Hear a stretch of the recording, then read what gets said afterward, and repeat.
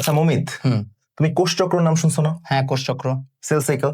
তো বলো তো এই কোষ চক্রকে কোন প্রোটিন নিয়ন্ত্রণ করে? অ্যালবুমিন।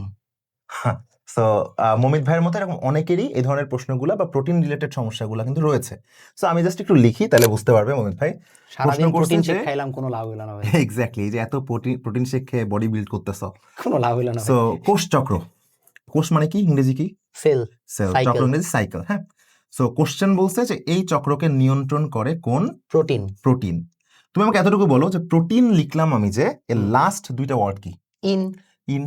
সো আমরা এটাই মনে রাখবো যে জীববিজ্ঞানে কোনো শব্দের শেষে যদি ইন থাকে তাহলে সেটা প্রোটিন হয়। তুমি আমাকে বলো তো, এই যে সাইকেল, এই সাইকেলের সাথে যদি আমি এখন ইন লাগাই দেই, সাইক্লিন, তাহলে হয়ে গেল সাইক্লিন। এক্স্যাক্টলি। তাহলে কোষ চক্র নিয়ন্ত্রণকারী প্রোটিনের নাম কি? সাইক্লিন। সাইক্লিন। আচ্ছা, আরো কয়টা কোশ্চেন আমি করি। মমিত ভাই কিন্তু পেরে গেল। সো মমিত, তুমি আমাকে বলো যে তুমি পরিফেরার নাম তো শুনছো, এবং এটাও তুমি পড়ছো যখন তুমি পড়ছিলা। তুমি বায়োলজিতে তো অনেক ভালো স্টুডেন্টও ছিলা, 90+ মার্ক পাইছো প্রত্যেকটায়। কত করে জন্য পাইছো? 96 পাইছে মমিত ভাই। সো এই যে পরিফেরাকে স্পঞ্জ নামে ডাকা হয় না?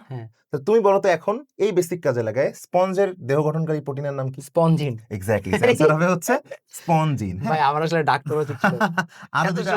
আরো দুইটা কোশ্চেন আমি মমিত ভাইকে করব, এটা দিয়ে খুব তাড়াতাড়ি। মমিত, তুমি আমাকে বলো যে ব্যাকটেরিয়ায় একটা অঙ্গ আছে নাম হচ্ছে পিলি। এই পিলি কোন প্রোটিন দ্বারা গঠিত? পিলিন। পিলিন। আরে ভাই, ব্যাকটেরিয়া আরো একটা জিনিস আছে, এটা শুক্রাণুতেও থাকে, ফ্লাজেলা। রাইট?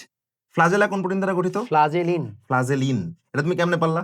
ওই যে সবগুলো বেসিক দিয়ে। আচ্ছা, ইভেন আলু আছে না? আলু কিন্তু এটা টিউবার, আমরা আলুকে টিউবার বলি। তারপর তো আলুতে একটা প্রোটিন থাকে, তার নাম কি? টিউবারিন। টিউবারিন।